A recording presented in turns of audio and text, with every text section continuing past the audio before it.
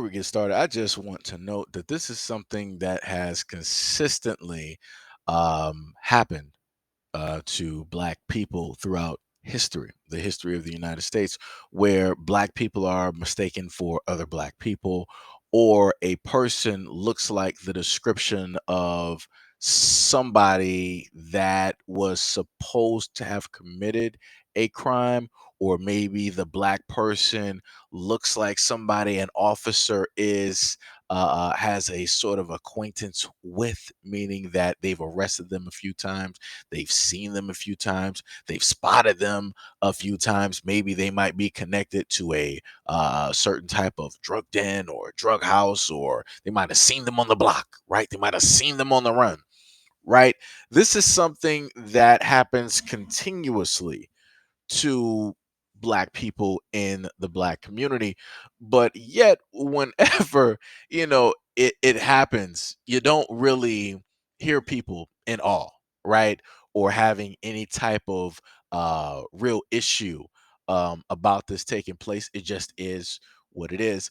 But supernaturally, when it just so happens to be one of their own, and one of their own that looks better than most, then we got to sit up there and, stop the truck. We got to back it up just a little bit. We got to make sure this does not happen again. He is under pressure for the apparent wrongful arrest of a woman at LAX. Bethany Farber claims she was jailed for nearly 2 weeks because police believed she was someone else with the same name. Terrifying.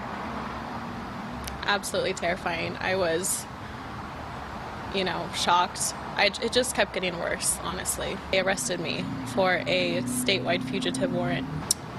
I kept saying that they had the wrong person and to double check. And they just said, yep, nope, we have it, Bethany Kaylee Farber. And immediately all I could think was, I've never been to Texas. I could feel it. I started to get upset, realizing that it was all actually happening. She was allowed to make a few calls. She says she called her dad and a friend and told them she'd been arrested and didn't know why. After hours of waiting in a cell, a guard informed her to grab a blanket, that she'd be staying. And she said, oh, you're not going anywhere. You will be here at least until court on Monday or Tuesday. We decided to request an identity trial because that was really what he believed the only way to navigate the situation when people are worried about leaving their homes, and I'm, thrown into a cell with people that are off the street, just 14 violent criminals. And all this is done is because LAPD failed to check a driver's license, a birth date, a social security, even the booking photo of the other Bethany Farber that you can see there's no relation. They look nothing alike. See, the LAPD, as usual, you can pretty much set a clock to the LAPD doing something wrong. Like I said, I've been covering the LAPD off and on throughout 3 years for quite a little bit of time, and they always got something going. It's always some corruption. It's always something not going right. They always got the wrong person. They always got harassment. It's always some cops doing things that they're not supposed to be doing, right? So here it is. Like I told people before, when you sit by and you allow the things to transpire that normally happen to Black people, which shouldn't, sooner or later is going to catch up to you, and the same thing is going to start happening.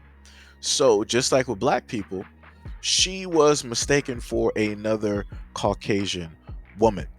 They looked at the picture, they looked at the name, they were like, oh no, we got the right person, we're going to sit up here and lock you up because we know 100% that you committed a crime. We know your name, we know who you are, we know what you're about, and we're not going to let you go again, right?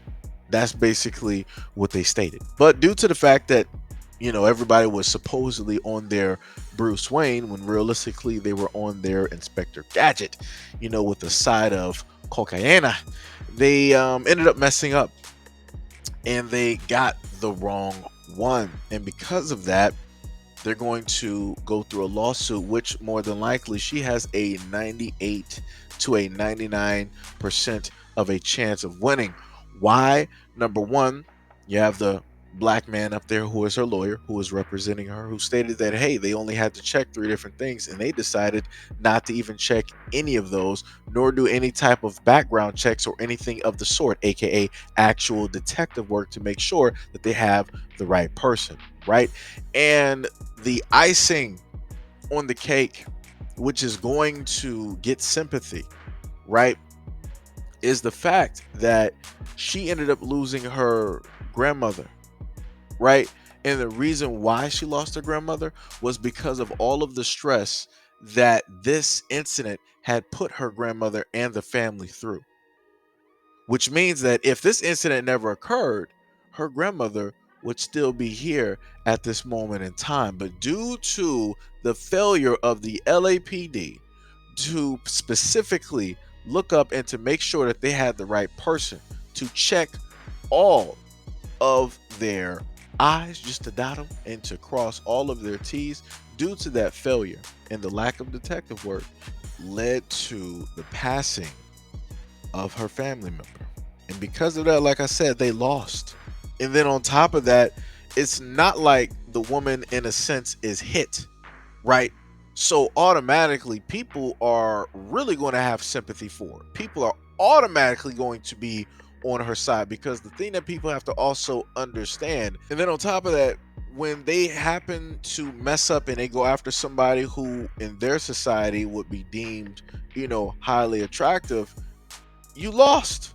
You automatically lost. There's nothing that the LAPD can use or say to go against anything that she is stating. She could literally make up a story right now saying that she was harassed by officers while in lockup and different things of that sort. She could add on further damages, and nobody's going to sit up there and check it.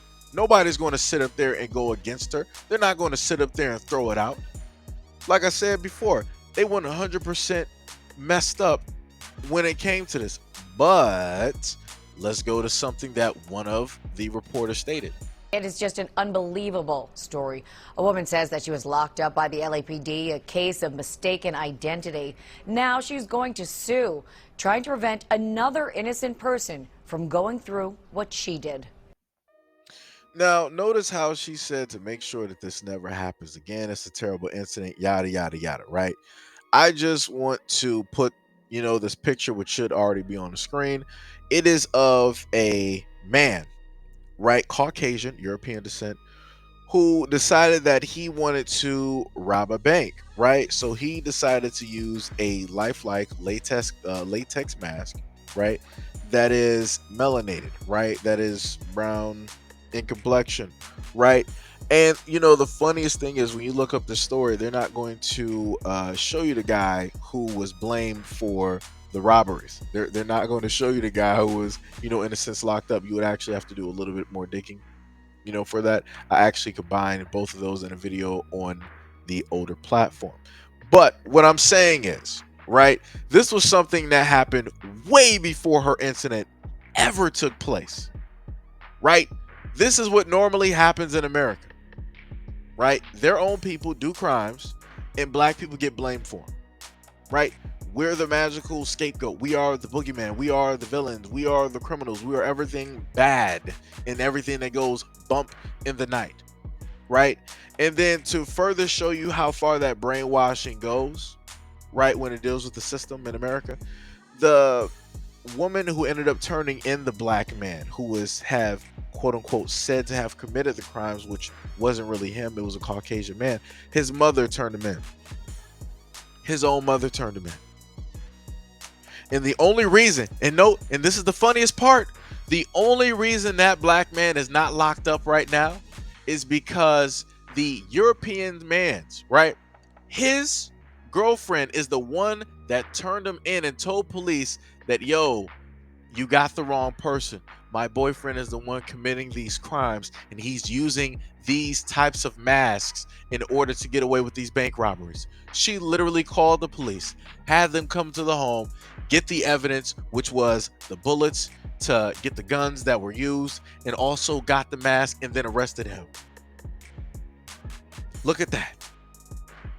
The only reason that black man did not sit up there and get prison time and the rest of his life basically taken away was due to the fact of the criminal's girlfriend turning in the criminal and freeing the black man. Like I said before, these are the things that normally happen, but due to the fact of the way that the media is run and how they want to portray certain things, stories like this don't get put directly to the forefront. They get pushed directly to the back.